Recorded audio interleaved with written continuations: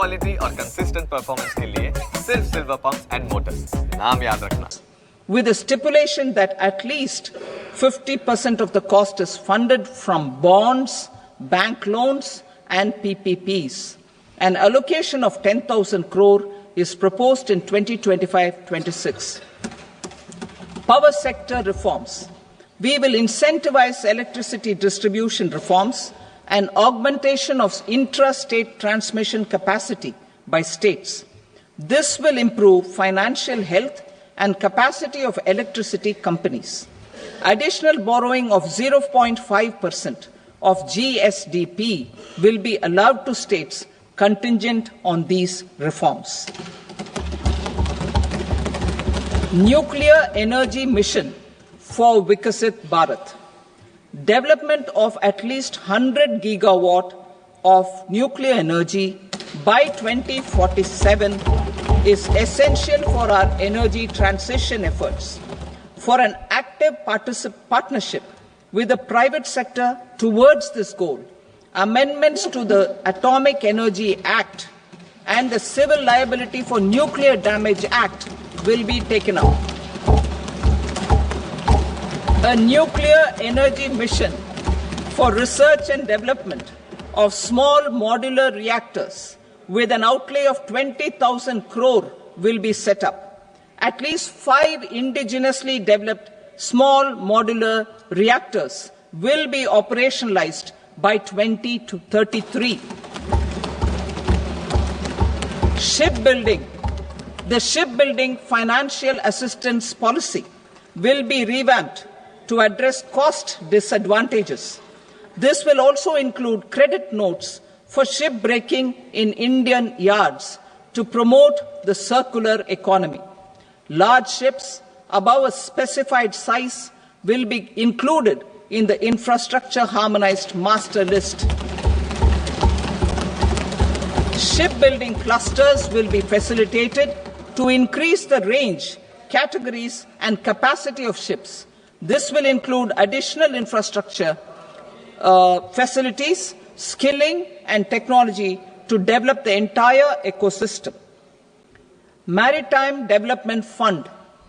For long-term financing for the maritime industry, a Maritime Development Fund with a corpus of 25,000 crore rupees will be set up. This will be for distributed support and promoting competition. This will have up to 49% contribution by the government, and the balance will be mobilized from ports and from private sector. Udan regional connectivity schemes. Udan has enabled 1.5 crore middle class people to meet their aspirations for speedier travel. The scheme has connected 88 airports, and operationalized 619 routes. Inspired by that success, a modified Udan scheme will be launched to enhance regional connectivity to 120 new destinations and carry 4 crore passengers in the next 10 years. 4 crore additional passengers in the next 10 years. The scheme will also support helipads and smaller airports in hilly, aspirational and northeast regional districts. Greenfield airports will be facilitated in Bihar to meet the future needs of the state. These will be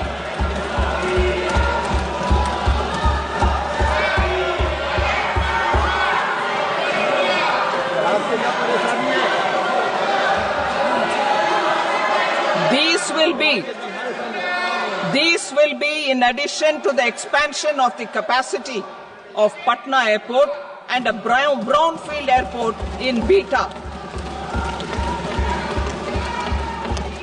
Western Kosi Canal project in Mithilanchal.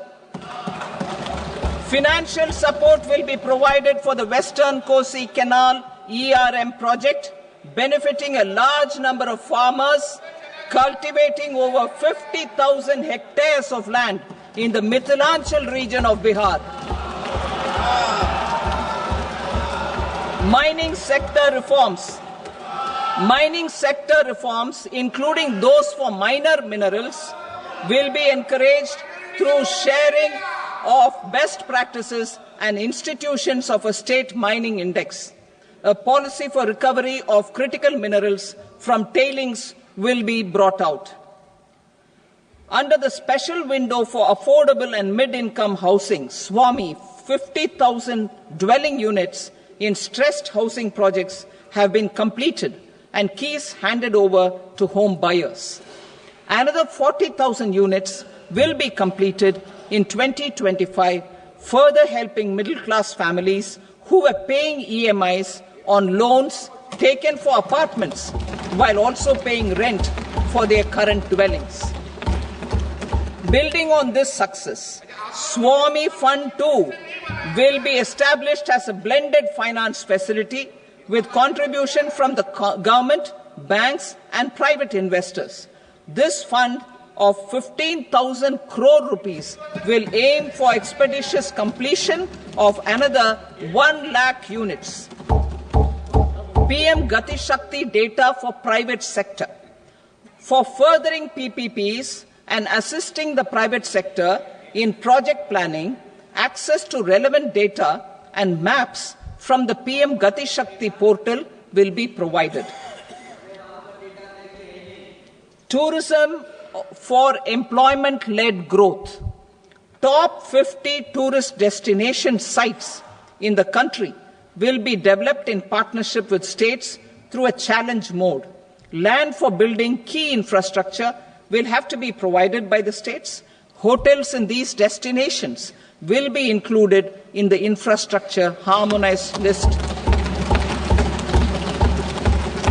The following measures will be taken for facilitating employment-led growth. Organizing intensive skill development programs for our youth, including in institutes of hospitality management. Providing mudra loans for homestays. Improving ease of travel and connectivity to tourist destinations. Providing performance-linked incentives to states for effective destination management, including tourist amenities, cleanliness, and marketing efforts. And introducing streamlined e-visa facilities along with visa fee waivers for certain tourist groups. Continuing with the emphasis on places of spiritual and religious significance, in the July budget, there will be a special focus on destinations related to the life and times of Lord Buddha. Medical tourism and heal in India.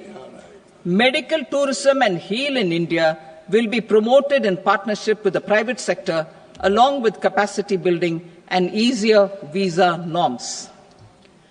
Investing in innovation. To implement private sector-driven research, development and innovation initiatives announced in the July budget, I am now allocating 20,000 crore rupees for this purpose. A deep tech fund of funds will also be explored to catalyze the next generation startups as a part of this initiative. In the next 5 years, under the PM Research Fellowship Scheme, we will provide 10,000 fellowships for technological research in IITs and IISc with enhanced financial support. The second gene bank with 10 lakh germplasm lines will be set up for future food and nutritional security. This will provide conservation support to both public and private sectors for genetic resources. We will start a national geospatial mission to develop foundational geospatial infrastructure and data. Using PM Gati Shakti, this mission will facilitate modernization of land records, urban planning, and design of infrastructure projects. A Gyan Bharatam mission for survey, documentation, and conservation of our manuscript heritage with academic institutions, museums, libraries, and private collectors will be undertaken to cover more than 1 crore manuscripts. We will set up a national digital repository of Indian knowledge systems for knowledge sharing. Now I move to exports as the fourth engine. We will set up an export promotion mission with sectoral and ministerial targets driven jointly by the Ministries of Commerce, MSME, and Finance. It will facilitate easy access to export credit, cross-border factoring support, support to MSMEs to tackle non-tariff measures in overseas markets. A digital public infrastructure, Bharat Trade Net, for international trade will be set up as a unified platform for trade documentation and financing solutions. This will complement the Unified Logistics Interface platform. The BTN will be aligned with international practices. Support will be provided to develop domestic manufacturing capacities for our economy's integration with global supply chains. Sectors will be identified based on objective criteria. Facilitation groups with participation of senior officers and industry representatives will be formed for select products and supply chains. Through this, there are huge opportunities related to Industry 4.0, which needs high skills and talent. Our youth have both. Our government will support the domestic electronic equipment industry to leverage this opportunity for the benefit of our youth. A national framework will be formulated as guidance to states for promoting global capability centers in emerging Tier 2 cities. This will suggest measures for enhancing availability of talent and infrastructure, building bylaw reforms, and mechanisms for collaboration with industry. Our government will facilitate upgradation of infrastructure and warehousing for air cargo, including high-value perishable horticultural produce. Cargo screening and customs protocol will be streamlined and made user-friendly. Reforms as the fuel. Over the past 10 years, our government has implemented several reforms for convenience of taxpayers, such as faceless assessment, 2, taxpayer charter, 3, faster returns, 4, almost 99% returns being on self-assessment, and 5, Vivad Se Vishwas scheme.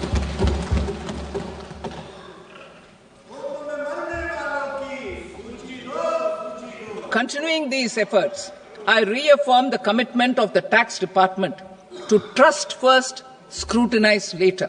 I also propose to introduce the new income tax bill next week. I will detail the indirect tax reforms and changes in direct taxes in Part B. Financial sector reforms. The FDI limit for the insurance sector will be raised from 74 to 100%. This enhanced limit will be available for those companies which invest the entire premium in India. The current guardrails and conditionalities associated with foreign investment will be reviewed and simplified. The services of India Post Payment Bank will be deepened and expanded in rural areas. NABFID will set up a partial credit enhancement facility for corporate bonds for infrastructure. Public sector banks will develop Grameen Credit Score framework to serve the credit needs of SHG members and people in rural areas. A forum for regulatory coordination and development of pension products will be set up.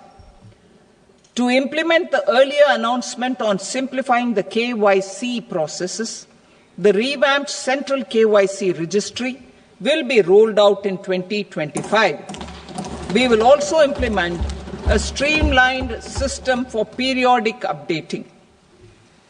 Requirements and procedures for speedy approval of company mergers will be rationalized. The scope for fast-track mergers will also be widened and the process made simpler.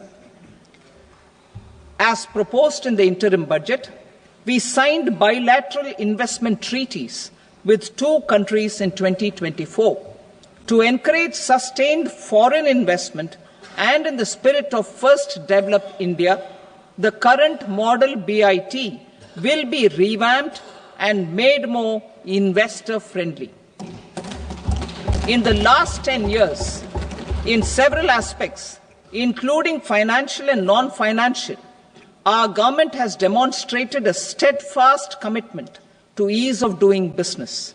We are determined to ensure that our regulations must keep up with technological innovations and global policy developments. A light-touch regulatory framework based on principles and trust will unleash productivity and employment. Through this framework, we will update regulations that were made under old laws. To develop this modern, flexible, people-friendly and trust-based regulatory framework appropriate for the 21st century, I propose 4 specific measures. A high-level committee for regulatory reforms will be set up for a review of all non-financial sector regulations, certifications, licenses, and permissions. The committee will be expected to make recommendations within a year.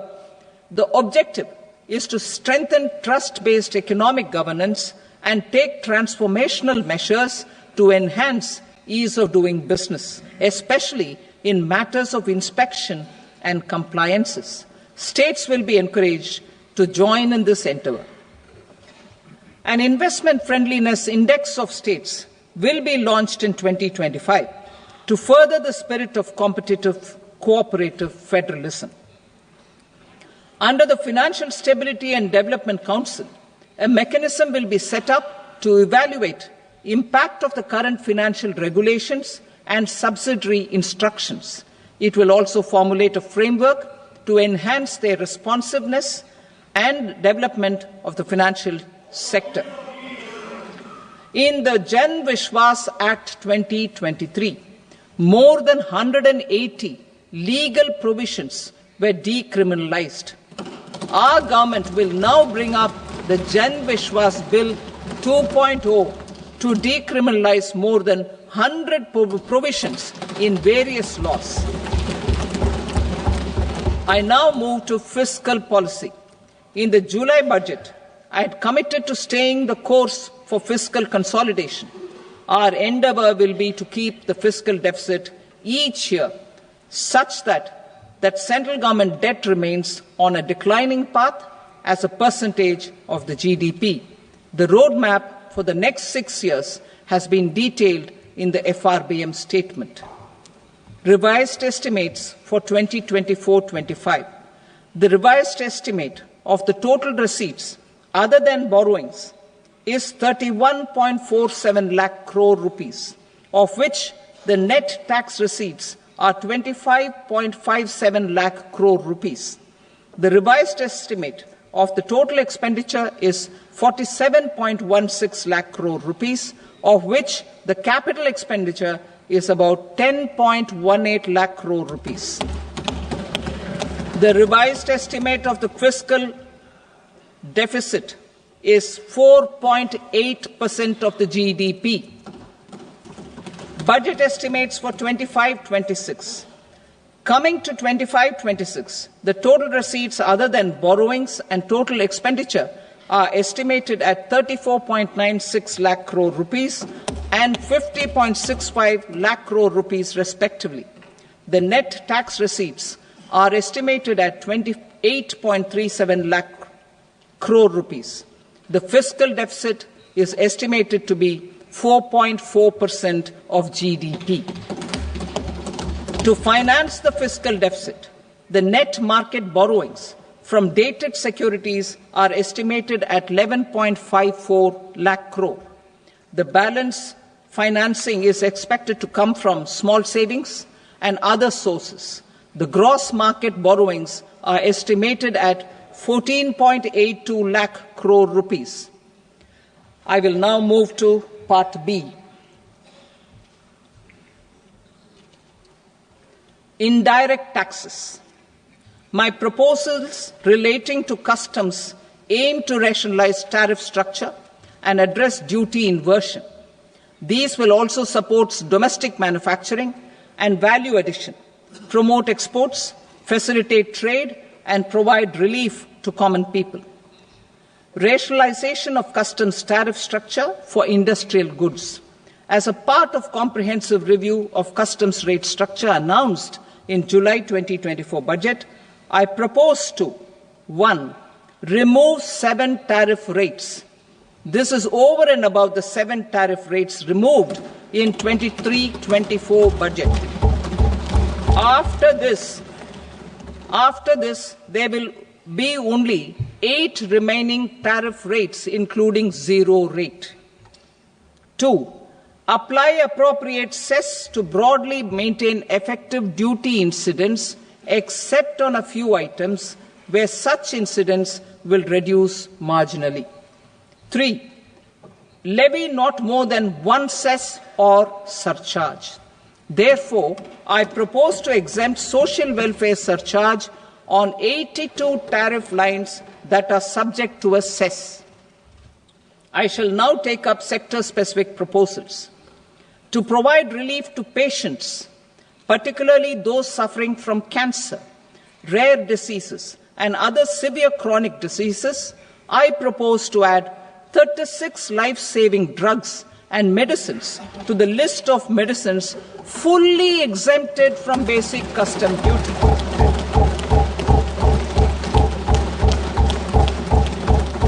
I also propose to add 6 life-saving medicines to the list attracting concessional custom duty of 5%. Full exemption and concessional duty will also respectively apply on the bulk drugs for manufacture of the above.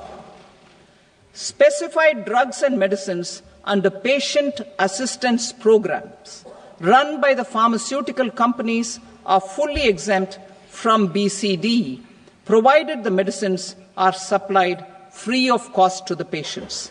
I propose to add 37 more medicines along with 13 new patient assistance programs. Support to domestic manufacturing and value addition. Critical minerals. In the July 2024 budget, I had fully exempted BCD on 25 critical minerals that are not domestically available. I had also reduced BCD of 2 other such minerals to provide a major fillip to their processing, especially by MSMEs. Now, I propose to fully exempt cobalt powder and waste, the scrap of lithium-ion battery, lead, zinc, and 12 more critical minerals. This will help secure their availability for manufacturing in India and promote more jobs for our youth.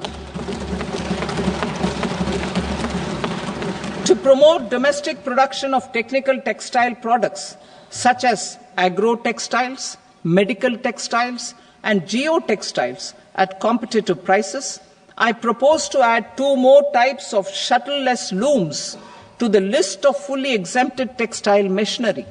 I also propose to revise the BCD rate on knitted fabrics covered by 9 tariff lines from 10 or 20 to 20% or 115 rupees per kg, whichever is higher. Electronic goods. In line with our Make in India policy and to rectify inverted duty structure, I propose to increase the BCD on interactive flat panel display from 10% to 20% and reduce the BCD to 5% on open cell and other components. In 23-24 budget, for the manufacture of open cells of LCD, LED TVs, I had reduced the BCD on parts of open cells from 5% to 2.5%. To further boost the manufacture of such open cells, the BCD on these parts will now stand exempted. Lithium-ion battery. To the list of exempted capital goods, I propose to add 35 additional capital goods for EV battery manufacturing and 28 additional capital goods for mobile phone battery manufacturing. This will boost domestic manufacture of lithium-ion batteries, both for mobile phones and for electric vehicles. Shipping sector. Considering that shipbuilding has a long gestation period, I propose to continue the exemption of BCD on raw materials, components, consumables, or parts for the manufacture of ships for another 10 years.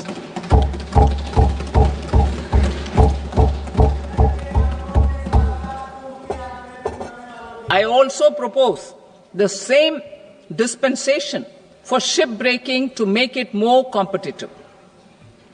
Telecommunication. To prevent classification disputes, I propose to reduce the BCD from 20% to 10% on carrier-grade Ethernet switches to make it at par with non-carrier-grade Ethernet switches. Export promotion.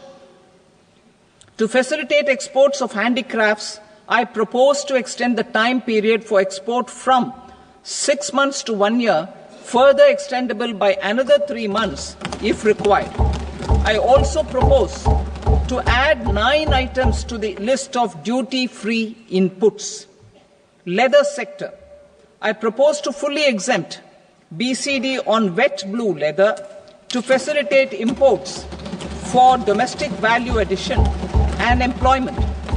I also propose to exempt crust leather from 20% export duty to facilitate exports by small tanners. Marine products. To enhance India's competitiveness in the global seafood market, I propose to reduce BCD from 30% to 5% on frozen fish paste, surimi, for manufacture and export of its analog products. I also propose to reduce BCD from 15% to 5% on fish hydrolysates for manufacture of fish and shrimp feed. In July 2024 budget, to promote development of domestic MROs for aircraft and ships, I had extended the time limit for export of foreign origin goods that were imported for repairs from 6 months to 1 year and further extendable by 1 year. I now propose to extend the same dispensation for railway goods. Time limit for provisional assessment.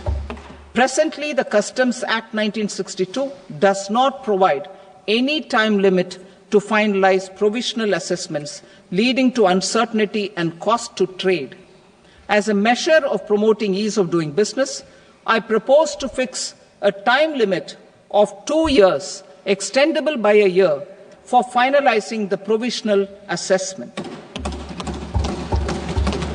I propose to introduce a new provision that will enable importers or exporters, after clearance of goods, to voluntarily declare material facts and pay duty with interest but without penalty. This will incentivize voluntary compliance. However, this will not apply in cases where department has already initiated audit or investigation proceedings. For industry to better plan their imports, I propose to extend the time limit for the end use of imported inputs in the relevant rules from 6 months to 1 year. This will provide operational flexibility in view of cost and uncertainty of supply. Further, such importers will now have to file only quarterly statements instead of a monthly statement.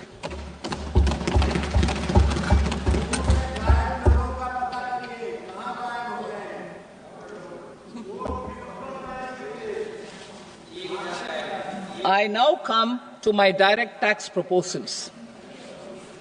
In Part A, I have briefly underlined taxation reforms as one of key reforms to realize our vision of Vikasit Bharat.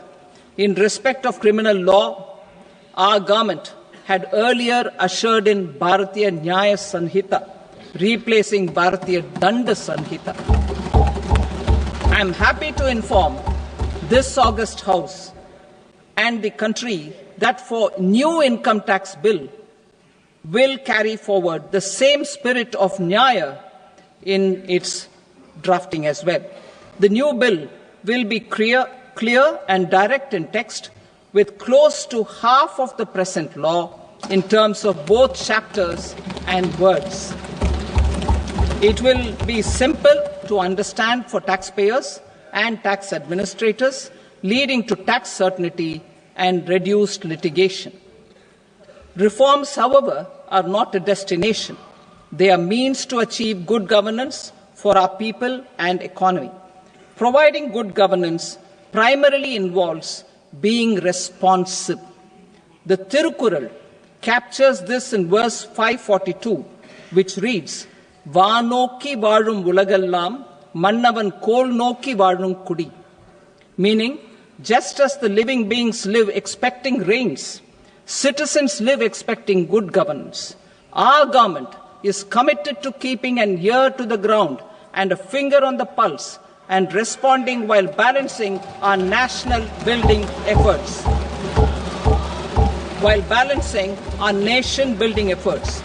The following measures will detail just how our government will, under the guidance of PM Modi, has taken steps to understand and address.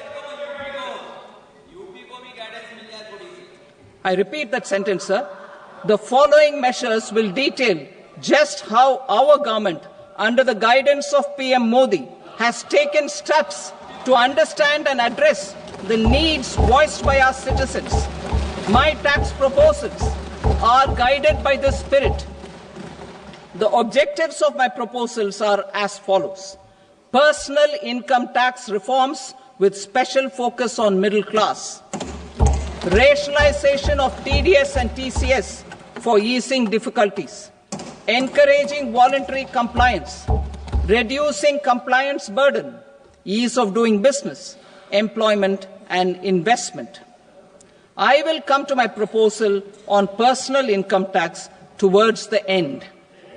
TDS and TCS, rationalization for easing difficulties. I propose to rationalize tax deduction at source, TDS, by reducing the number of rates and thresholds above which TDS is deducted. Further, threshold amounts for tax deduction will be increased for better clarity and uniformity. The limit for tax deduction on interest for senior citizens is being doubled from the present 50,000 rupees to 1 lakh rupees. Similarly, the annual limit of 2.40 lakh rupees for TDS on rent is being increased to 6 lakh rupees. This will reduce the number of transactions liable to TDS, thus benefiting small taxpayers receiving small payments.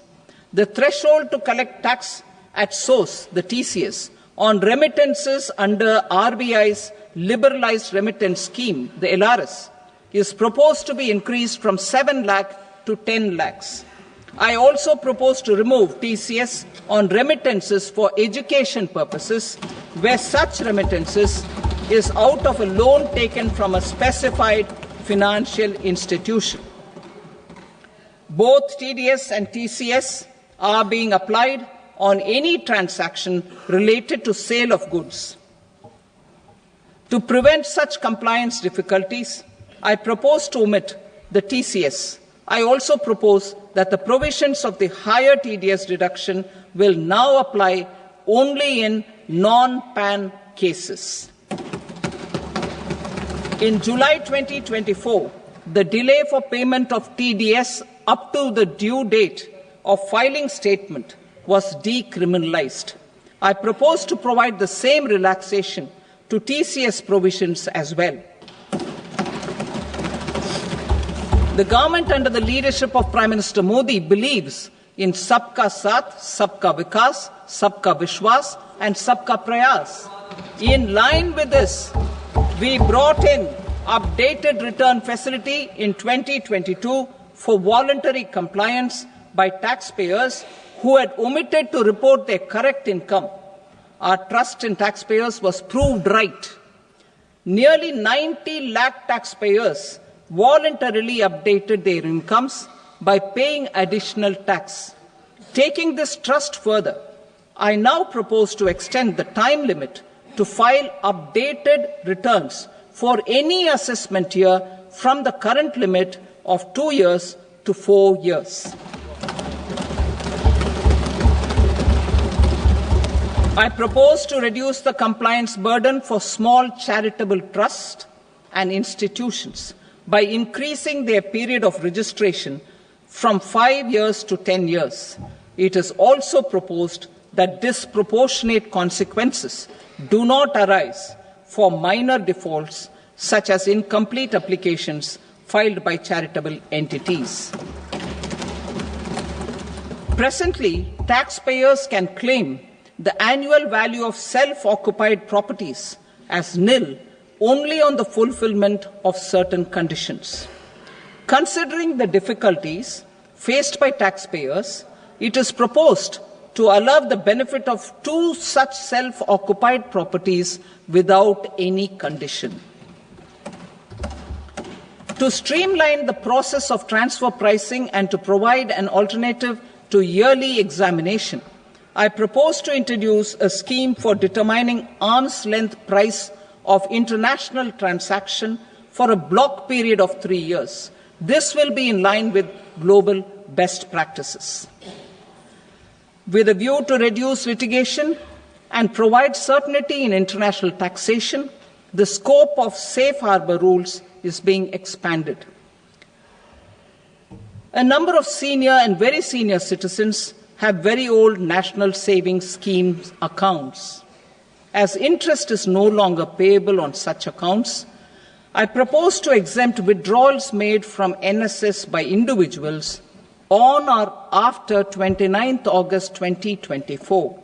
I am also proposing to allow similar treatment to NPS Vatsalya accounts as is available to normal NPS accounts subject to overall limits. In my speech in July 2024, I had promised that all processes, including giving effect to appellate orders, shall be digitalized and made paperless over the next 2 years. So I'm happy to announce that digitalization is being made operational now.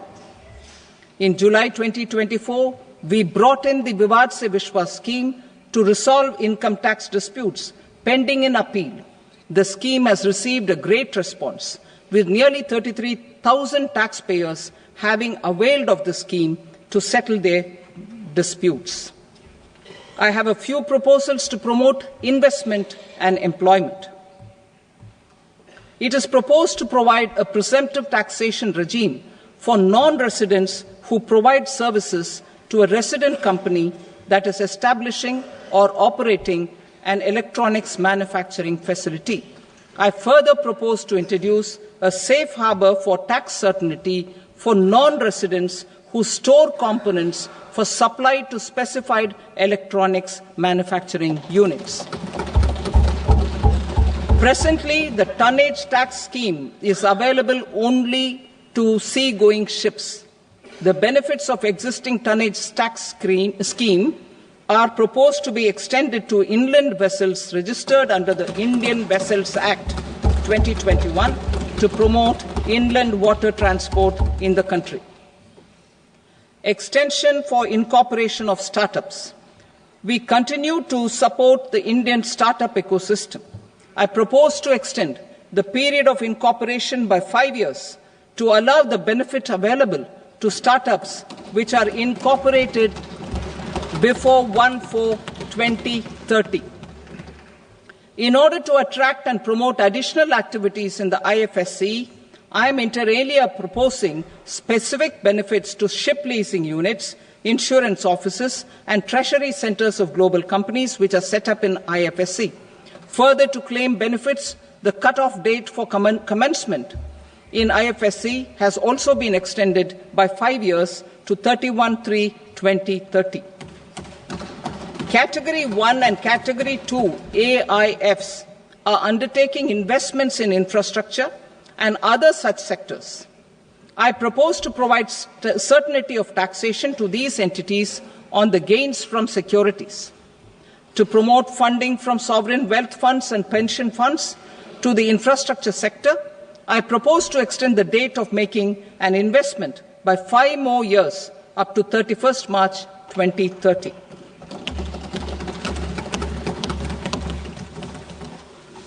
Personal income tax reforms with special focus on middle class.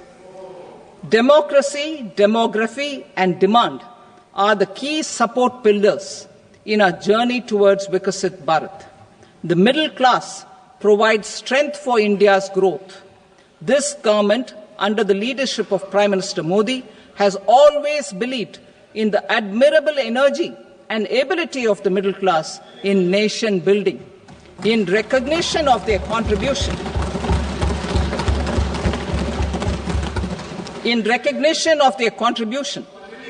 we have periodically reduced their tax burden. Right after 2014, the nil tax slab was raised to 2.5 lakhs of rupees, which was further raised to 5 lakh rupees in 2019 and to 7 lakh rupees in 2023. This is reflective of our government's trust on the middle class taxpayers. I am now happy to announce that there will be no income tax payable up to income of 12 lakh rupees.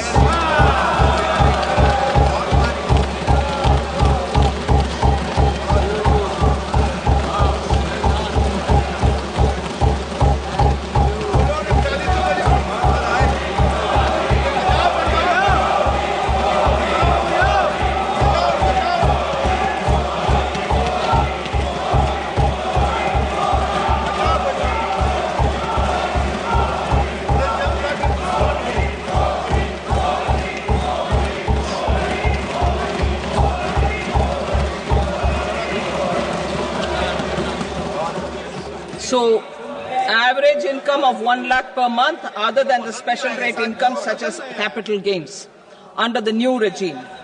This limit will be 12.75 lakh for salaried taxpayers due to the standard deduction of 75,000. Slabs and rates are being changed across the board to benefit all taxpayers. The new structure will substantially reduce the taxes of the middle class and leave more money in their hands, boosting household consumption, savings, and investment. In the new tax regime, I propose to revise tax rate structures as follows: 0 to 4 lakh rupees nil, 4.8 lakh rupees to 4 to 8 lakh rupees 5%, 8 to 12 lakh rupees 10%, 12 to 16 lakh rupees 15%, 16 to 20 lakh rupees 20%, 20 to 24 lakh rupees 25%, and above 24 lakh rupees 30%. To taxpayers up to 12 lakh of normal income, other than special rate income such as capital gains. I read that again. To taxpayers up to 12 lakh of income, other than special rate income such as capital gains, tax rebate is being provided in addition to the benefit due to slab rate reduction in such a manner that there is no tax payable by them. The total tax benefit of slab rate changes and rebate at different income levels can be illustrated with a few examples. A taxpayer in the new regime with an income of 12 lakh rupees will get a benefit of 80,000 rupees in tax, which is 100% of tax payable as per the existing rates. A person having income of 18 lakh rupees will get a benefit of 70,000 rupees in tax, that is 30% of tax payable as per existing rates. A person with an income of 25 lakh gets a benefit of 1,10,000 rupees, that is 25% of his tax payable as per existing rates. Details of my tax proposals are given in the annexure. As a result of these proposals, Honorable Speaker, sir, revenue of about 1 lakh crore in direct taxes and 2,600 crores in indirect taxes will be foregone. Mr. Speaker, sir, with this, I commend the budget to this august House.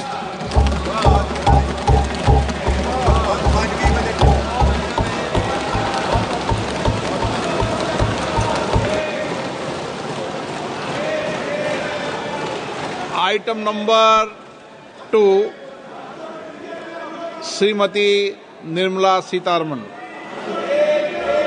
Sir, with your permission, I rise to lay on the table the following statements under Section 3(1) of the Fiscal Responsibility and Budget Management Act 2003.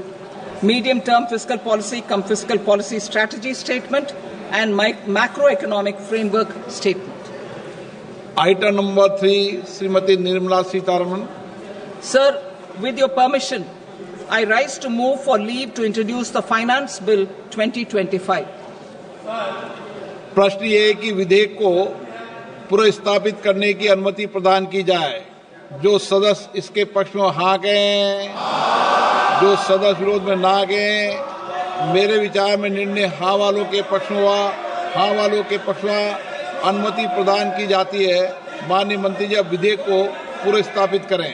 Sir, I introduce the bill. Thank you. सभा की कार्रवाई सोमवार दिनांक 3 फरवरी 2025 को प्राप्त 11 बजे तक के लिए स्थगित की जाती है।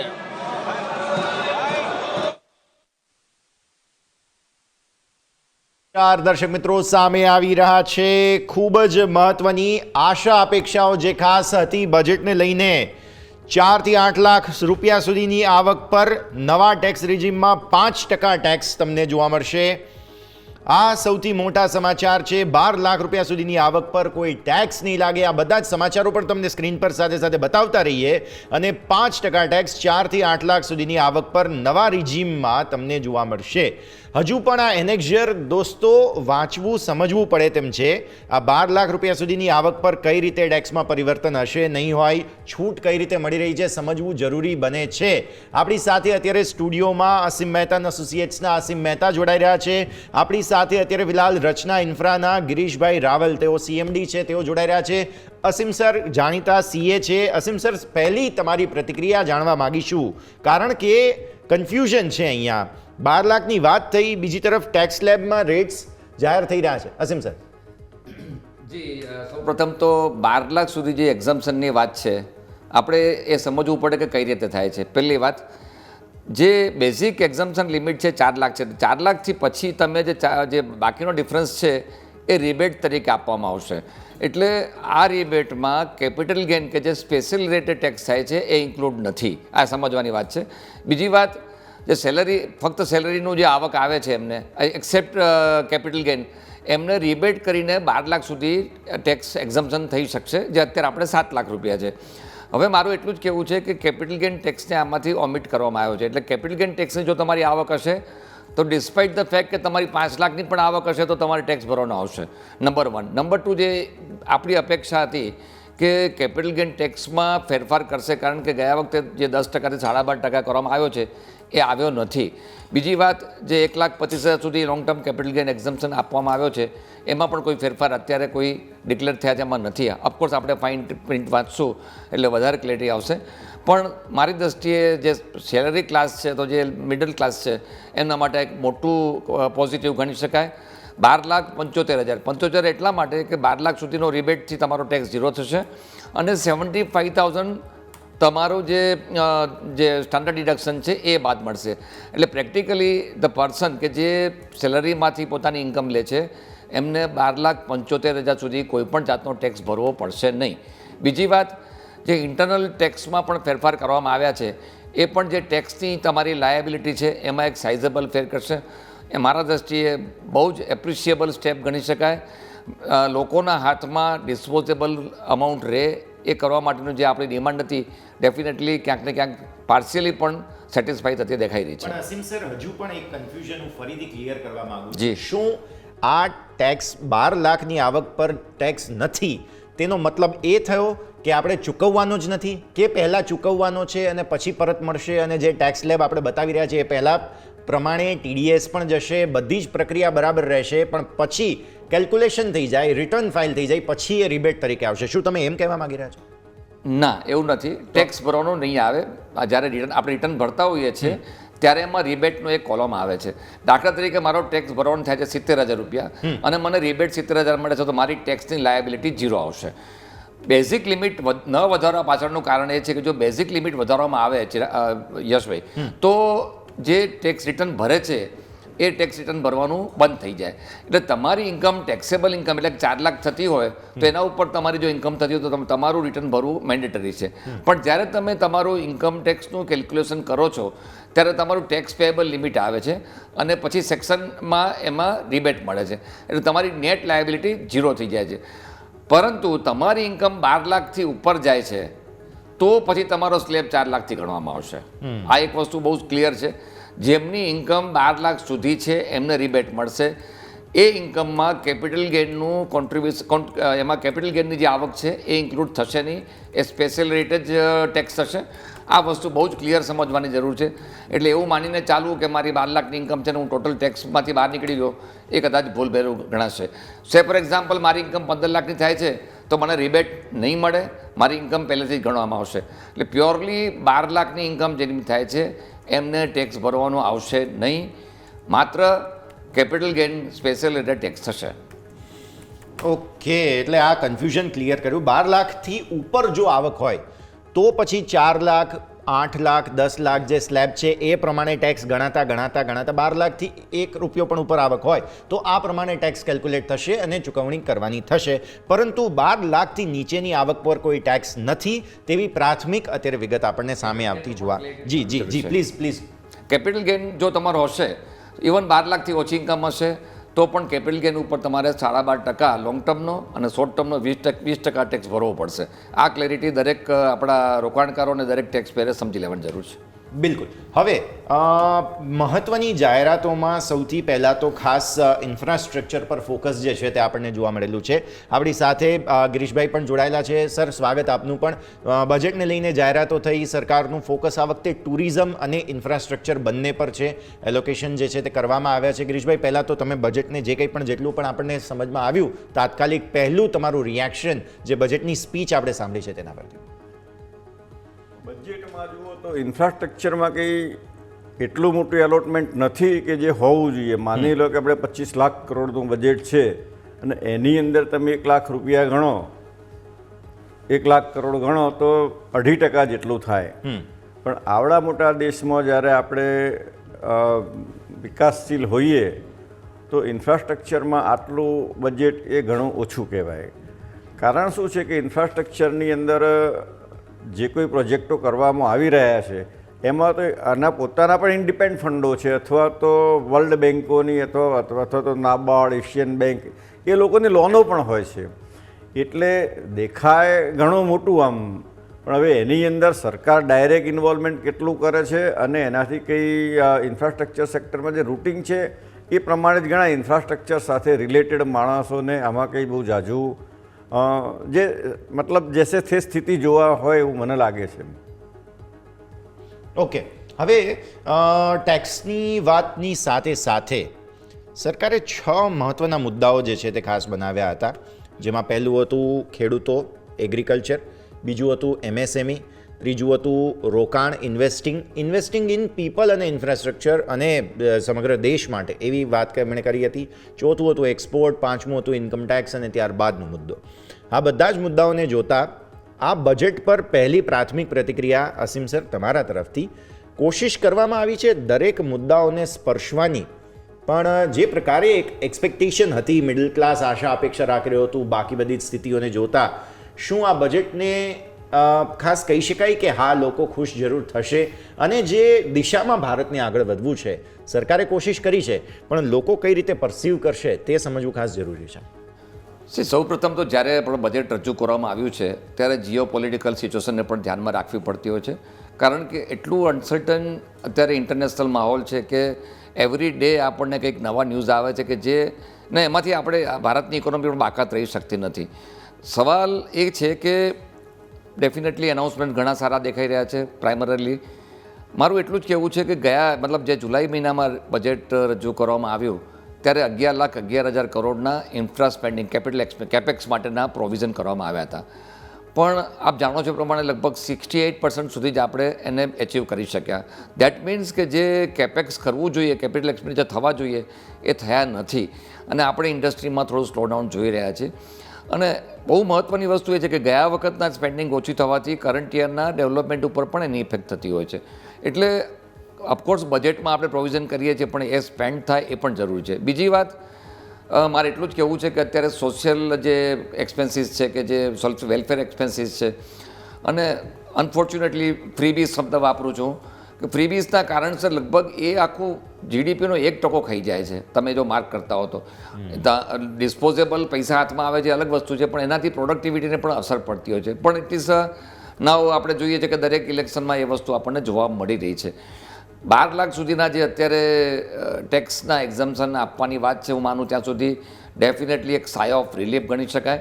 અને બીજી વસ્તુ એ છે કે જે ફિસ્કલ ડેફિસિટનો જે અત્યારે ટાર્ગેટ છે 4.8% ઓફ ધ જીડીપી મારી દ્રષ્ટિએ ડેફિનેટલી કમાન્ડેબલ ગણી શકાય. પણ આપણે જોવું જોઈએ કે એ ક્યારે અચીવ કરીએ છીએ કે જ્યારે આપણે ઇન્ફ્રાસ્ટ્રક્ચરમાં ઓછું સ્પેન્ડિંગ કર્યું છે. તો આ વસ્તુ ક્યાંક ને ક્યાંક થોડુંક ડિસ્કરેજિંગ મને લાગી રહ્યું છે. અને નેક્સ્ટ યરનું જે ફિસ્કલ ડેફિસિટનો ટાર્ગેટ 4.4% આપવામાં આવ્યો છે જો એ અચીવ કરશો તો ડેફિનેટલી કમાન્ડેબલ ગણી શકાશે કારણ કે એ કારણસર આપણને ઇન્ફ્લેશન ઉપર પણ કંટ્રોલ રહી શકાય છે. એટલે ઇન ઓલ અત્યારે જે આપણે જ્યારે દાખલા તરીકે ખેડૂતને તમે આપો છો 3 ના 5 લાખ ક્રેડિટ કિસાન ક્રેડિટ કાર્ડ કર્યા ડેફિનેટલી પોઝિટિવ સાઇન ગણી શકાય.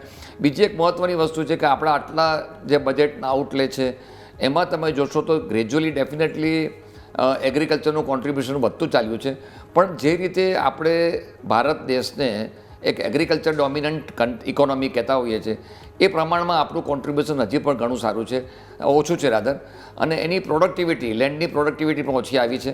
એટલે મારી દ્રષ્ટિએ જે અત્યારે બધા અલગ અલગ એનાઉન્સમેન્ટ કરવામાં આવ્યા છે એ પ્રોડક્ટિવિટીને એન્કરેજ કરવા માટેના પ્રયત્ન છે. ટુ સમ એક્સટેન્ટ તમે જુઓ તો દરેક સેક્ટરને ટચ કરવાનો પ્રયત્ન કર્યો છે. હું ચોક્કસ એવું માનીશ કે બજેટમાં ઘણો સારો પ્રયત્ન થયો છે. હવે આ બધાની વચ્ચે હજુ પણ ટેક્સના જે રિજીમ છે ઓલ્ડ ન્યૂ આ તે બધું છે. હવે ફાઇનાન્સ બિલની વાત ઇન્કમ ટેક્સ બિલની વાત એમણે કરી આવતા સપ્તાહે.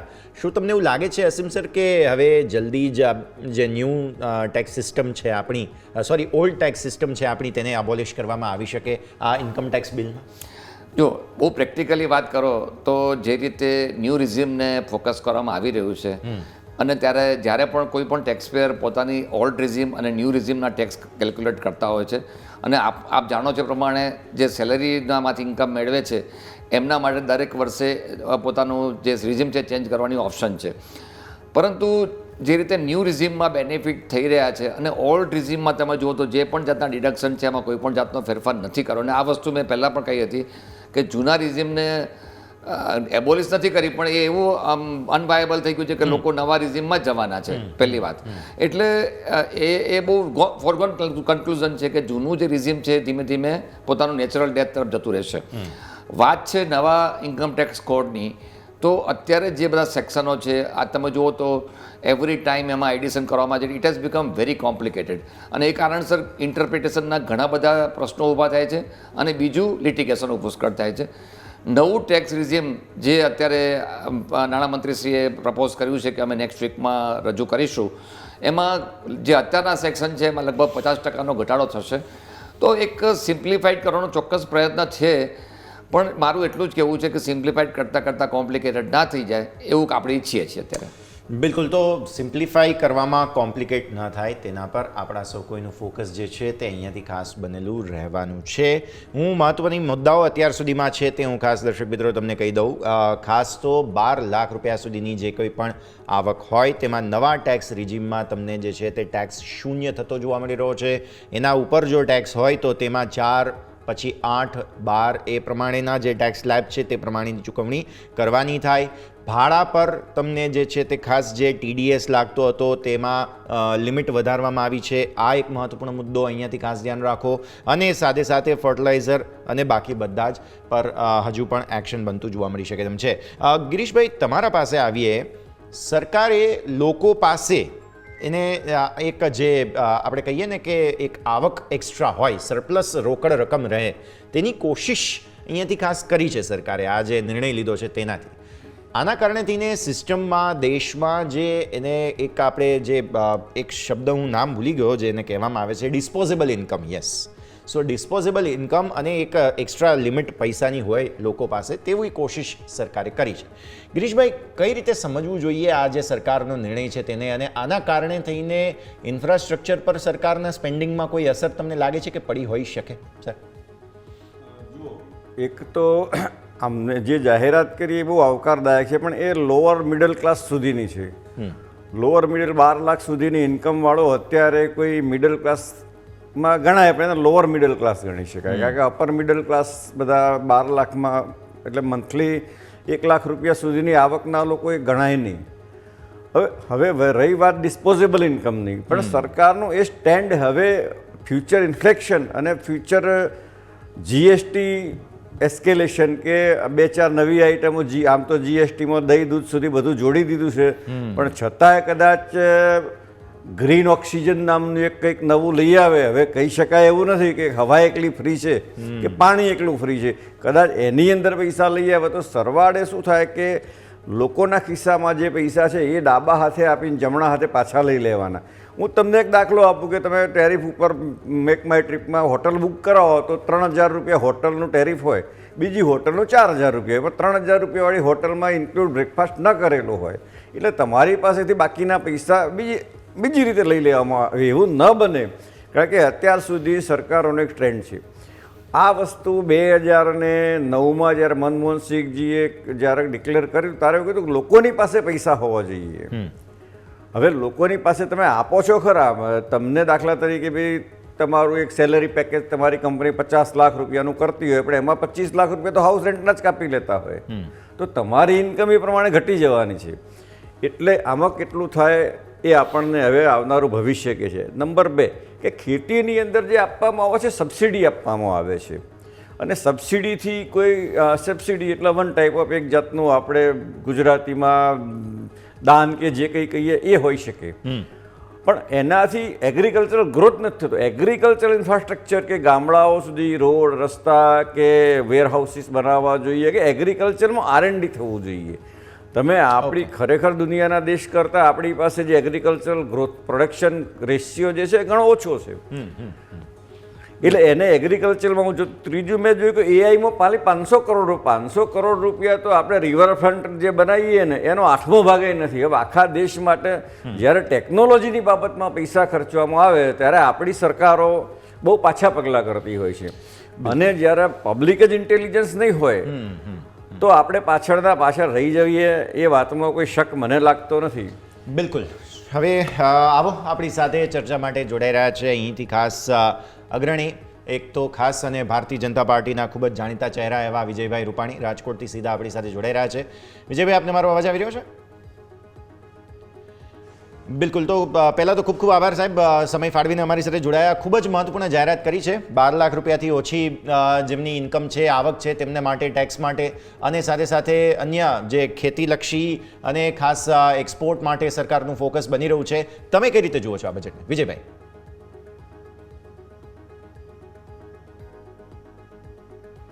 માનું છું કે આ વખતનું બજેટ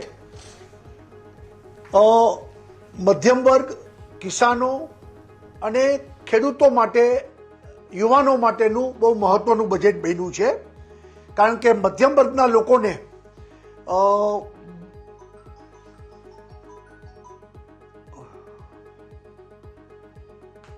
આપનો અવાજ આવી રહ્યો છે?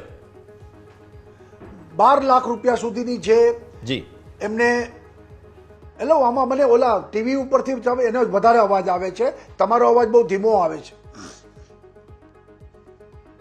ફરી એકવાર પ્લીઝ જણાવી શકો અમને?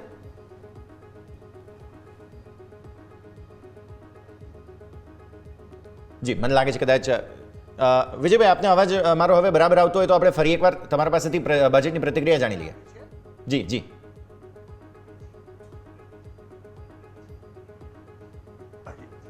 ઓકે. હલો, જી જી હવે સર. સંભળાય? જી સર, અવાજ આવે છે. જી કહું છું, આ વખતનું બજેટ એ મધ્યમ વર્ગ, ખેડૂતો અને ખાસ કરીને યુવાનો માટે બહુ મહત્વનું બજેટ છે. જી સર. ઓકે, લાગે છે કદાચ એમની સર એટલા માટે જી સર કે મધ્યમ વર્ગના લોકોને 12 લાખ રૂપિયા સુધીની એટલે મહિને 1 લાખ રૂપિયા જે કમાય એને 1 લાખ રૂપિયા સુધી જે કમાય છે એને 0 ટેક્સ. જી સર. એટલે એ બહુ મોટી રાહત આપી છે અને એનાથી લગભગ 70-80 હજાર રૂપિયા એ લોકોના બચશે. એટલે આ બહુ મોટી જાહેરાત કરી છે. એવી જ રીતે ખેડૂતો માટે આ વખતે ખાસ કરીને પ્રધાનમંત્રી ધન ધાન્ય યોજના અને એના અંતર્ગત લગભગ 1.7 કરોડ કિસાનોને આનો લાભ થશે અને જેને કારણે ખેડૂતોની પણ સ્થિતિ સુધરે એ પ્રકારની વ્યવસ્થા કરવામાં આવી છે. સાથે સાથે એમએસએમઈ સેક્ટર જે છે એ એમએસએમઈ સેક્ટરમાં રજિસ્ટર્ડ એમએસએમઈ જે લોકો છે એને માટે એને વિદેશમાં કામ કરવા માટેની અનુકૂળતા થાય એ માટેની ગેરંટી કવર માઇક્રો અને સ્મોલ એન્ટરપ્રાઇઝ માટે 5 કરોડની વધારીને 10 કરોડ સુધી કરવામાં આવી છે. આનાથી પણ એમએસએમઈના સેક્ટરને ઘણો લાભ થશે, રોજગારીઓ પણ વધશે. કિસાન ક્રેડિટ કાર્ડ જે છે એમાં 3 લાખની છે તેને 5 લાખ સુધીની મર્યાદા કરી છે. એનાથી પણ ખેડૂતોને ખૂબ મોટો ફાયદો થવાનો છે. આ વખતે ખાસ કરીને સરકારે જેને કહીએ કે નાના ઉદ્યોગ, ખેડૂત, સ્ટાર્ટઅપ્સમાં પણ 10,000 કરોડનું ફંડનું એલાન કર્યું છે. એટલે યુવાનોને પણ બહુ મોટી તક આ વખતે મળવાની છે અને એનો લાભ આપણે બધાને એક સાથે થશે. એટલે ખૂબ સારું બજેટ છે અને દેશની જેને કહીએ કે નાળ પકડીને નાણામંત્રીએ એ ધ્યાનમાં રાખી અને આ આખું બજેટ એમને બનાવ્યું છે. હજુ બધું વિગતો આવે છે પણ બજેટ ખૂબ બેલેન્સવાળું બજેટ કરવામાં આવ્યું છે. 6 મુદ્દાઓ જે છે તે ખાસ નાણામંત્રીએ કોશિશ કરી હતી 6 અલગ અલગ મુદ્દાઓને ઇન્ક્લુઝિવ બનાવવા માટે થઈને અને આત્મનિર્ભર શબ્દનો પણ ઘણી વખત પ્રયોગ જે છે તે ખાસ આ બજેટના સંબોધન દરમિયાન તેમણે કર્યો હતો. આત્મનિર્ભર ખેડૂતો માટે વાત કરી, આત્મનિર્ભર એક્સપોર્ટ, એમએસએમઈ માટે નાના ઉદ્યોગો. સાહેબ, તમને પણ ખબર છે કે રાજકોટમાં અને સમગ્ર ગુજરાતમાં એટલા વધારે છે કે જેના કારણે થઈને આપણા અર્થતંત્ર પર તેની સીધી કે આડકતરી અસર પડતી હોય. નાના ઉદ્યોગો પર પણ ખૂબ જ મોટું ફોકસ આ વખતે કરવામાં આવ્યું છે. વિજયભાઈ, બરાબર છે. એટલે જે નાના ઉદ્યોગો એમએસએમઈ શબ્દ મેં વાપર્યો જી કે એને માટેની ગેરંટી એ 5 કરોડથી વધારીને 10 કરોડ કરવામાં આવી છે. એટલે નાના ઉદ્યોગો, એમએસએમઈ અને એસએમઈ આ બધાને ખૂબ લાભ થશે. બિલકુલ. તો આ મુદ્દો પણ છે કે જેને ખાસ આપણે ધ્યાન પર રાખવાનું રહેશે. એમએસએમઈને જે છે તે ક્રેડિટ કાર્ડ વગેરે પણ આપવાની કોશિશ અહીંયાથી થઈ છે, મુદ્રા લોન વગેરે તેના ઉપર પણ ખાસ વાતચીત કરવામાં આવી છે. એક મુદ્દો શેર બજારની સાથે અમે જોડાયેલા છીએ વિજયભાઈ. એક મુદ્દો જરા એસટીટી અને સાથે સાથે long term, short term capital gain આ બધા પર જરા જાહેરાત થઈ નથી. એટલે માળખું નો ડાઉટ 12 લાખની વાત કરવામાં આવી છે પણ કદાચ શેરબજાર પણ એટલા માટે થોડા એવું રિએક્ટ કરી રહ્યા છે જે ખુશ ના હોય એ પ્રકારે. એટલે આ એક કદાચ નાણામંત્રીએ આ મુદ્દો જે છે તે થોડો સ્કીપ કર્યો. શેરબજારની અપેક્ષા જે હતી અને એસટીજી અને ટોટલ કેપિટલ ગેઇન ટેક્સ અને લોંગ ટર્મ એમાં ફેરફાર કર્યો નથી. પરંતુ એમ માનું છું કે શેરબજારની વિરુદ્ધ નકારાત્મક બીજું પણ કશું નથી. એટલે શેરબજારને અસર કરે એવું ચાલો ચોક્કસ ન બન્યું પણ સાથે નકારાત્મક પણ શેરબજાર માટે કશું આવ્યું નથી કે જેને કારણે શેરબજારમાં ખૂબ મોટો ગેપ પડે. એટલે હું એમ માનું છું શેર બજાર માટે પણ સેફ બજેટ છે. બિલકુલ, તો એ જ મુદ્દો અહીંયાથી ખાસ બનતો જોવા મળી રહ્યો છે, જેને પણ ધ્યાન પર રાખવાનું રહેશે. વિજયભાઈ, તુરંત જ તમે બજેટના સ્પીચ બાદ અમારી સાથે જોડાયા અને આ સમગ્ર ચર્ચામાં ભાગ લીધો. આપનો ખૂબ ખૂબ આભાર વિજયભાઈ. Thank you sir. તો જેમ વિજયભાઈ વાત કરી રહ્યા હતા, ખાસ આપણા ગુજરાતના મુખ્યમંત્રી વિજયભાઈ રૂપાણી આપણી સાથે જોડાયેલા હતા. અસીમ સર, હું તમારા પાસે ફરી એકવાર આવીશ. મને ઇવન હજુ પણ ટેક્સની જે આ ખાસ અનાઉન્સમેન્ટ થઈ છે તેના પર બહુ ક્લેરિટી નથી. હજુ પણ જૂની નવી ટેક્સ પદ્ધતિ પર કન્ફ્યુઝન છે. હજુ પણ આ 12 લાખની તમે વાત બહુ સ્પષ્ટપણે કરી, પણ કદાચ લોકોને હજુ પણ થોડું સમજાવવું પડે તે જરૂરી છે. તો જૂની, નવી અને હવેની જે અનાઉન્સમેન્ટ થઈ છે, આ બધી જ પ્રકારની વિગતોને ફરી એકવાર જરા આપણે વણી લઈએ. અસીમભાઈ, સૌપ્રથમ તો ઓલ્ડ રિઝીમ, નવું રિઝીમ. ઓલ્ડ રિઝીમમાં જે બેઝિક એક્ઝમ્પશન લિમિટ 3 લાખની છે યથાવત રાખી છે. કોઈ પણ જાતના ડિડક્શન જે 80C, 80D કે સેક્શન 80ના બધા ડિડક્શન, એમાં કોઈ પણ જાતનો ફેરફાર કરવામાં આવ્યો નથી. એક આર્ગ્યુમેન્ટ ઘણી વખત થતી હોય છે કે આ બધા ડિડક્શન કાઢી નાખવાથી જે લોકોની રોકાણની જે ટેવ છે એ ઓછી થશે એવું લાગી રહ્યું છે. પણ ગવર્મેન્ટે લગભગ 3 વર્ષ પહેલાં જ આ ઇન્ટેન્શન ડિક્લેર કર્યો હતો કે અમારે કોઈ પણ જાતના ડિડક્શનને એબોલિશ કરવા છે, અને એ કારણસર એબોલિશ કર્યા વગર નવી રિઝીમ એવી રીતે ઇન્ટ્રોડ્યુસ કરીએ કે જૂની રિઝીમ ઓટોમેટિકલી રિડન્ડન્ટ થઈ જાય. હવે આપણે કરંટ યરના જે પ્રપોઝલ છે એના ઉપર આવીએ.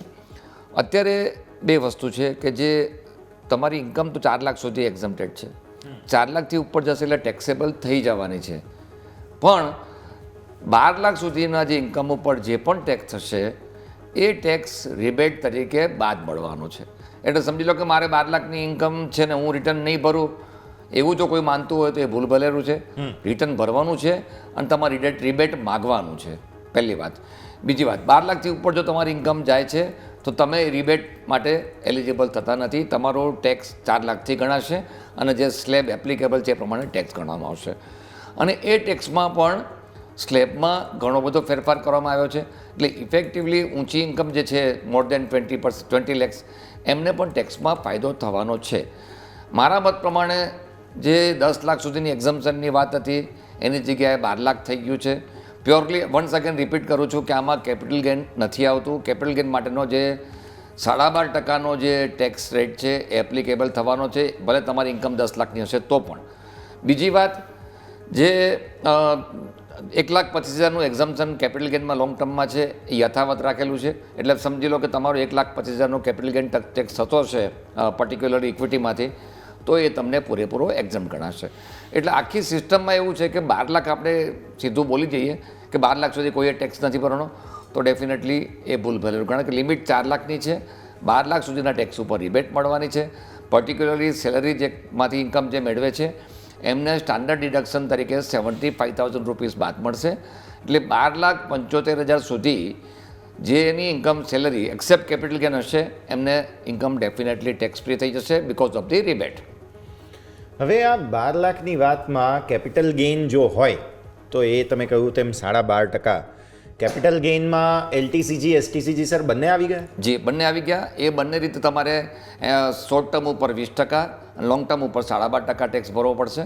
એટલે મારી ઇન્કમ 10 લાખ છે એટલે હું કહું કે ના 10 લાખ છે તો મારે ભરવાનું નહીં આવે તો એ એમાં આવશે નહીં. ઇવન ઇફ મારી ઇન્કમ 9 લાખ રૂપિયા હશે, એમાં 3 લાખ રૂપિયા જો મારી કેપિટલ ગેઇન હશે તો મને ટેક્સેબિલિટી મારી આવશે. આ બહુ ક્લેરિટી આપણે સમજવાની જરૂર છે. એટલે દર્શક મિત્રો, જો તમે 12 લાખથી ઓછી ઇન્કમવાળા હોવ તો તમારે બિલકુલ ટેક્સ નહીં ચૂકવવાનો એવું પણ નથી. એલટીસીજી, એસટીસીજી એટલે કે કોઈ પણ પ્રકારનું રોકાણ તમે કરેલું હોય તેમાં લોંગ ટર્મ એટલે કે 1 વર્ષથી વધુ અથવા તો શોર્ટ ટર્મ એટલે કે 1 વર્ષથી ઓછું, જો તમે કોઈ પણ પ્રોફિટ જનરેટ કરેલો છે એટલે તમે એ મિલકત વેચી હોય ને એમાંથી તમને પૈસા મળ્યા, જેમ કે સર મ્યુચ્યુઅલ ફંડ, જી, મ્યુચ્યુઅલ ફંડ છે, કોઈ પણ પ્રકારની રિયલ એસ્ટેટ છે, કોઈ પણ કોઈ પણ પ્રકારની ઇક્વિટીઝ છે, શેર બજારમાં જો તમે કામ કરો છો, ઇવન તમે ગોલ્ડ વેચો તો પણ એ કેપિટલ એસેટમાં આવી જાય છે. અને સર એટલા માટે જ કદાચ માર્કેટ એટલું ખુશ લાગી નથી રહ્યું સર. ઉપર 23,632ના હાઈ બનાવ્યા હતા નિફ્ટીએ અને ત્યાંથી 23,400 વારંવાર તોડવાની કોશિશ. નથી એસટીટીમાં કોઈ પરિવર્તન, નથી તમને એલટીસીજી એસટીસીજીમાં અને શેર બજારમાં જે કામ કરે છે કદાચ મ્યુચ્યુઅલ ફંડમાં, એ બધા તો બાય ડિફોલ્ટ સર ખાસ કેપિટલ ગેઇનની કેટેગરીમાં આવી જ ગયા. તો એમને તો 12 લાખનો ફાયદો મળશે જ નહીં. એટલે બેસિકલી વાત આપની એકદમ સાચી છે અને હું મારું આપણે જ્યાં જ્યાં તક મળી ત્યાં આપણે રિપ્રેઝન્ટેશન પણ કર્યું છે કે આપણા દેશમાં જ્યાં ઇક્વિટી કલ્ટ ગ્રેજ્યુઅલી ડેવલપ થઈ રહ્યું છે, આપણે જોઈએ તો ટોટલ પોપ્યુલેશનના પ્રમાણમાં કેપિટલ માર્કેટમાં રોકાણ કરવાવાળો વર્ગ ઘણો ઓછો છે, એને આપણે એન્કરેજ કરવાની જરૂર છે. પણ જે ગયા વર્ષના બજેટમાં 10%થી 12.5% કર્યા.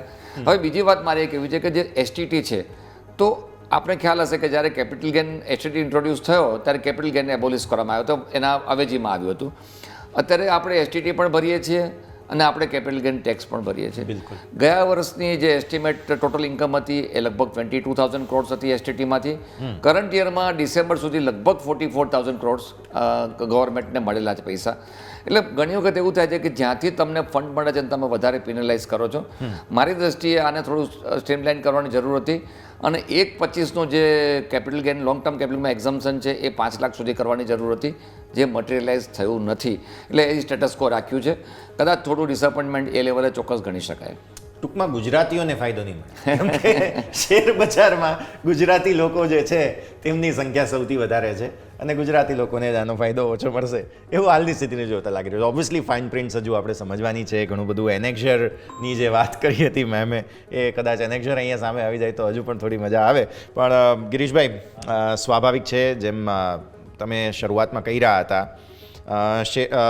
તમે જો ઇન્ફ્રાસ્ટ્રક્ચરને આપણે રિયલ એસ્ટેટથી થોડું નજીક રાખીએ અને હું રિયલ એસ્ટેટના હિસાબથી પણ કેપિટલ ગેઇન ગણું તો પણ એક તો ગયા વર્ષનું ઇન્ડેક્સેશનનો મારો જે હતો એ તો પ્રોબ્લેમ છે જ સર, એ પ્રોબ્લેમ હજુ સોલ્વ થયો નથી અને પછી ઉપરથી આ કેપિટલ ગેઇનને કારણે નુકસાન થશે.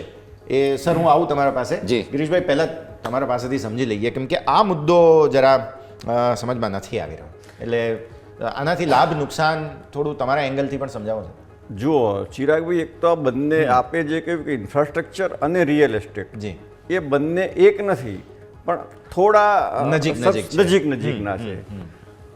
ઇન્ફ્રાસ્ટ્રક્ચર ડેવલપમેન્ટની વાત આખી આવે છે કે સરકાર જે પબ્લિક માટે જે ડેવલપમેન્ટ કરે છે, રોડ, રસ્તા, કેનાલ, હાઈવે કે જે કંઈ કરવામાં આવતું હોય, અને આ રિયલ એસ્ટેટ છે એક રેસિડેન્શિયલ કમ કોમર્શિયલ. હવે એની અંદર બંનેમાં જોવામાં આવે ને તો રિયલ એસ્ટેટની જે માર્કેટ કરીએ તો એને ગણતરી એવી થાય કે બજારના મોંઘવારી સાથે જ મેચ થાય, કારણ કે ઓચિંતાના સ્ટીલ, સિમેન્ટ કે લેબર પ્રાઇસ રેઝ થઈ જાય તો ઇન્ફ્રાસ્ટ્રક્ચર ઓલરેડી મોંઘું થવાનું છે અને ખરીદનારને જેને દુકાન મકાન ખરીદવાનું છે એ લોકોને ચોક્કસ ઇફેક્ટ થશે. બીજી વાત એવી કરીએ કે તમે આ 12 લાખનો પગાર, પણ હું એવું માનું છું કે આ મોટા જે શહેરો છે ઇન્ડિયાના એની અંદર 1 લાખનો સેલરી હોલ્ડર એ સારું મકાન લઈ શકે એવી પરિસ્થિતિમાં નથી આ 12 લાખ કરવા છતાંય. એનું કારણ એ છે કે બીજા બધા ભાવ વધી જવાના છે ને. તમે ગણો કે આજે એક મેં ગણે જોયું કે આપણી પાસે જે સ્લેબ ગણવામાં આવે છે, ખરેખર આવા સીએ સાહેબ બેઠા છે કે આપણી અત્યારે આખી જે વાત થઈ રહી છે ને એ 12 લાખ ઉપર થઈ રહી છે. અને 12 લાખ એટલે એને ડાયરેક્ટ ટેક્સ ગણવામાં આવે, ઇન્કમ ટેક્સને હું સમજુ ત્યાં સુધી ડાયરેક્ટ ટેક્સ ગણવામાં આવે. અને એનો જે બજેટમાં જે ઇન્કમ રેશિયો છે કે ભારત સરકારની જે આવકનો રેશિયો છે 35%ની આજુબાજુ છે, 30-35%. બાકીના 65% જે ટેક્સીસ છે એની વાત નથી થતી. હવે એટલે એના કારણે શું થાય કે તમારા ખિસ્સામાંથી 12 લાખની જગ્યાએ બચત થતી હોય 50-60 હજાર કે 2 લાખ એઝ ઇટ ઇઝ જેની પણ સ્થિતિ પ્રમાણે, પણ એની સામે એટલા પૈસા તમે એક વ્હીકલ લઈ આવો કે તમે પેટ્રોલ કન્ઝ્યુમ કરો કે તમે કોઈ વસ્તુઓ કન્ઝ્યુમ કરો તો એટલા પૈસા તો જવાના જ છે. આ તો આમ ઘણી કહેવાય કે ગિફ્ટનું પેકેટ મોટું હોય પણ અંદર ગિફ્ટ નાની હોય એ પ્રમાણેની એક હું ફોર્મ્યુલા સમજું છું. પણ છતાંય મિડલ ક્લાસ ને લોઅર મિડલ ક્લાસ અથવા તો જે જેન્યુઇન ટેક્સ પેયર છે એમના માટે સારું છે, એ સેન્સથી આપણે જોઈએ તો ઘણું સારું છે. એટલે હવે ઇન્ફ્રાસ્ટ્રક્ચર રિલેટેડ તો જે વાત કરી ઇન્ફ્રાસ્ટ્રક્ચરમાં કે એઝ ઇટ ઇઝ જેવું જ મને તો દેખાઈ રહ્યું છે કે એમાં જાજુ જેમ તમે પોતે સેન્સેક્સની વાત કરી શેર બજારમાં કંઈ ઘણું ઇમ્પ્રુવમેન્ટ કે કંઈ બેનિફિટ નથી દેખાતા એવું આની અંદર પણ મને એવું લાગે છે કે ઇન્ફ્રાસ્ટ્રક્ચર બિઝનેસની અંદર કંઈ ઘણું બધું કાઢવા જેવું કે ઇન્ડસ્ટ્રીયાલિસ્ટોને કોઈ બેનિફિટ થાય એવું દેખાતું નથી. બિલકુલ, એટલે ઇફ એન્ડ બટની વાત છે, જોને તોની વાતમાં હજુ પણ આગળ મુદ્દો લઈને આવીશું. પણ હવે રૂપિયો સતત નબળો છે. મેં 2-3 લોકોની સાથે વાત કરી, એમણે કહ્યું કે રૂપિયો નબળો છે પણ ગ્લોબલ કરન્સીઝ પણ નબળી છે ને સામે, આપણે એ પણ જોવું જોઈએ. પણ જ્યાં સુધી રૂપિયો નબળો છે ત્યાં સુધી સરકાર પાસે એક્સ્ટ્રા જે એલોકેશન કરવા માટેના પૈસા લિક્વિડિટી હતી તે લિમિટેડ થઈ ગઈ અત્યારે. અને કદાચ એ કારણ પણ હોઈ શકે કે જેના કારણેથી ઇન્ફ્રાસ્ટ્રક્ચરની પાછળ અત્યારે સરકાર થોડો મે બી પોઝ લેવા માગતી હોય. કારણ કે સરકાર બની ગયા બાદનું આ બીજું બજેટ છે. ટેકનિકલી જોવા જોઈએ તો આમ ફૂલ ફ્લેજડ વર્ષના હિસાબથી પહેલું ગણાય, કેમ કે હવે અહીંયાથી પૂરેપૂરું વર્ષ જે છે તે સરકાર પાસે કંટ્રોલમાં છે. ગિરીશભાઈ, આવી સ્થિતિમાં ઇન્ફ્રાસ્ટ્રક્ચર તમે જેમ કહો છો કે કંઈ ખાસ નથી આવ્યું, શું તમને એવું લાગે છે કે રૂપિયો છે કે વૈશ્વિક અમુક ચેલેન્જીસ, ઇકોનોમિકલ મોંઘવારી છે, તે બધાને કારણે પણ કદાચ નવું એલોકેશન ન આવ્યું હોય? ના, હું એની સાથે થોડા ઘણા અંશે સહમત નથી. એનું કારણ એ છે કે રૂપિયો એ ડોલર સાથે આપણે કમ્પેર કરીએ છીએ અને દુનિયાના બધા દેશોની સાથે એટલી ઇફેક્ટ કરે છે, પણ ભારતમાં વધારે ઇફેક્ટ કરવાનું કારણ જુદું છે. હવે માની લો કે તમે એક જ વસ્તુ ખરીદવાના પહેલાં 60 રૂપિયા આપતા હતા અને એ જ વસ્તુ આજે તમે 86 રૂપિયા ખરીદી રહ્યા છો, તો તમારા ખિસ્સામાંથી 25-26 રૂપિયા એક્સ્ટ્રા જઈ રહ્યા છે અને એને 25થી 30% રાઇઝિંગ કહેવાય છેલ્લા 10 વર્ષની અંદર.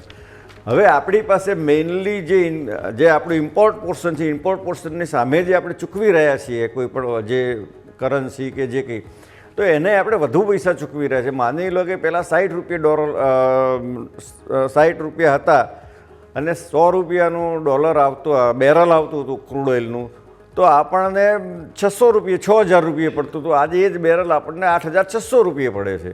અને એની સામે જે પબ્લિકને જે માર પડે છે પેટ્રોલ ડીઝલ, કારણ કે સરકાર ક્યાંયથી છાપવાની તો છે નહીં નોટો, એટલે એનો ઇનડાયરેક્ટ જે ટેક્સ છે, જે મેં ડાયરેક્ટ સિવાયનો જે ઇનડાયરેક્ટ ટેક્સ કયો પેટ્રોલ ડીઝલમાંથી કલેક્ટ કરવાનો. પેટ્રોલ ડીઝલમાંથી કલેક્ટ કરવામાં આવે એટલે તમારા પોતાના પેટ્રોલમાંથી તમારું જે બજેટ હોય પેટ્રોલનું, કે કોઈ પણ માણસનું બજેટ હોય, કે ટ્રાન્સપોર્ટરનું હોય, કે ઇન્ડસ્ટ્રીયલિસ્ટનું, તો એના ઉપર ઓવરલોડ એની એ બધી ઇફેક્ટો સરવાળે મોંઘવારી ઉપર આવવાની છે. એટલે એ વાત સાથે આપણે વૈશ્વિક સાથે ન જોડીએ, પણ આપણી થોડી ઘણી ક્યાંક લેકિંગ છે. એના કારણે આ રૂપિયો આટલો બધો જઈ રહ્યો છે. રૂપિયો જઈ રહ્યો એના કારણે દેશની ઇમેજ પણ ખરાબ થઈ શકે. એ મુદ્દા પર ધ્યાન રાખીશું. આપણી સાથે હવે કેપી ગ્રુપના અત્યારે CMD ડૉક્ટર ફારૂકજી પટેલ આપણી સાથે જોડાઈ રહ્યા છે. ફારૂક સર, સ્વાગત. અને સૌથી પહેલાં તો બજેટને લઈને પહેલી પ્રતિક્રિયા, કારણ કે રિન્યુએબલ સ્પેસ માટે થઈને જેમાં તમારું મોટું યોગદાન છે, ચાહે તે વિન્ડ મિલ હોય એટલે કે પવનચક્કી, ચાહે તે સૌર ઉર્જા હોય, બંને માટે મહત્વપૂર્ણ જાહેરાતો થયેલી છે અને જબરદસ્ત એક્શન તમારા સ્ટોકમાં પણ અત્યારે ફાયરવર્ક્સ જોઈ જ રહ્યા છીએ. તો પહેલાં તો તમારી પ્રતિક્રિયા અને જે અનાઉન્સમેન્ટ્સ થયા છે રિન્યુએબલ માટે થઈને, તેને તમે કઈ રીતે જુઓ છો? Thank you very much. આજના બજેટની અંદર રિન્યુએબલ માટે તો ખાસ સ્પેસ આપી છે સરકારે અને ઘણી આવકારદીય છે, કેમ કે જે રીતે મેન્યુફેક્ચરિંગને આપણે વધારો જો આપીશું રિન્યુએબલ સ્પેસમાં, તો જ આપણી પ્રાકૃતિક ઉર્જાને વધારી શકાશે. અને આપણા દેશ માટે એ બહુ જ જરૂરી વસ્તુ પણ છે. અને આપ જોઈ રહ્યા છો કે છેલ્લા 6 થી 7 સેશનથી રિન્યુએબલ એનર્જીને ઘણી સારી રીતે સરકાર એને બઢોતરી આપી જ રહી છે. અને હું માનું છું કે જે રીતે વિન્ડના પ્રોજેક્ટ, જે રીતે સોલરના માટે મેન્યુફેક્ચરિંગના માટે ફેસિલિટીઝ ક્રિએટ કરવાની જે વાત ચાલી રહી છે, એને ખરેખર આવકારદાયક જ છે. અને મેન્યુફેક્ચરિંગ વધશે એટલે વપરાશ વધવાનો છે, અને વપરાશ વધશે તો રિન્યુએબલ એનર્જીની સ્પેસની અંદર બહુ મોટો વધારો આવશે. અને એનું જ કારણ છે કે આજે રિન્યુએબલ એનર્જીનું દરેક વસ્તુ આગળ વધી રહી છે. આમ જોવા જઈએ તો જે બજેટ છે તે આપે સરસ રીતે કહ્યું છે કે ગરીબોના માટે, યુવાના માટે, કે ખેડૂતોના માટે, નારીના માટે છે જ, પરંતુ હું કહીશ કે એની સાથે સાથે રિન્યુએબલના માટે પણ આજનું બજેટ એ ખાસ કંઈક લઈને આવ્યું છે, જે સરાહનીય છે અને ઘણું સારી રીતે એની અંદર આગળ વધારશે જ. Thank you. સર, એમએસએમઈ માટે થઈને ખાસ ફોકસ સરકારે ધરાવ્યું છે, એટલે મારે સૌથી પહેલાં તો તમે મેન્યુફેક્ચરિંગની સાથે ક્લોઝલી એસોસિએટેડ છો, એટલે ઉદ્યોગ જગત માટે પૂરું ફોકસ લાવવાની કોશિશ સરકારે કરી છે. સસ્તું ક્રેડિટ અને અવેલેબલ ક્રેડિટ જે છે તેની અમાઉન્ટ વધારવાની કોશિશ અહીંયાથી ખાસ કરી છે સરકારે. એટલે એકદમ જેને કહેવાય ને કે છૂટો હાથ ન દેતા એક સપોર્ટ આપવાની કોશિશ કદાચ એમએસએમઈને કરવામાં આવી હોય તેવું ડૉક્ટર ફારૂક અત્યારે લાગી રહ્યું છે. સર, આપની વાત એકદમ સાચી છે, કેમ કે એમએસએમઈને સપોર્ટ કરવો અને જે રીતે આપણે મેચ્યોર થઈ રહ્યા છે, જેમ જેમ આપણી એમએસએમઈની બેન્ડવિડ્થ વધી રહી છે અને ઘણો મોટો દેશ હોવાથી ઘણા જ વધારે પડતા એમએસએમઈ ઉદ્યોગોને જો આપણે સપોર્ટ કરવો હોય તો આ જ રીતે અને આ જ ઢબે આગળ ચાલવું જોઈએ, કે જેના કારણે કેમ કે આપણી પાસે ઘણા વર્ષો છે હજુ ડેવલપમેન્ટના માટે. ઘણો મોટો દેશ છે. હું કાયમ જ કહું છું કે આપણો દેશ એટલે નાનો મસ્તો દેશ નથી, હાથી જેવડો મોટો દેશ છે. એની પૂંછડીમાં ઇન્જેક્શન મારીએ તો સૂંઢમાં આવતા 4 વર્ષ થાય. તો ધીમે ધીમે જે રીતે આપણે કરી રહ્યા છે એ બરાબર જ છે. અને એ જ રીતે મારા મંતવ્ય પ્રમાણે આ જ રીતે જો આપણે સપોર્ટ કરતા રહીશે અને આગલા 4 વર્ષ જે હજુ સરકાર પાસે આખા છે બાકી, જેની અંદર ઘણો જ સ્ટ્રેન્થનિંગ પાવર ઇકોનોમિકલ પણ એમએસએમઈ દ્વારા મળશે, ગ્રોથ ઇન જીડીપી પણ મળશે અને દુનિયાની જે આપણે હરોળમાં બેસીએ છીએ એ હરોળમાં આપણે વિધિન નેક્સ્ટ 5 years આપણે પહોંચીશું. જે રીતે બનાવી રહ્યા છે સરકાર, જે રીતે એનું બજેટને આપી રહ્યું છે અને જે રીતની દવાઓ અપાઈ રહી છે ઇકોનોમિકની, એ બરાબર જ છે મારા હિસાબે.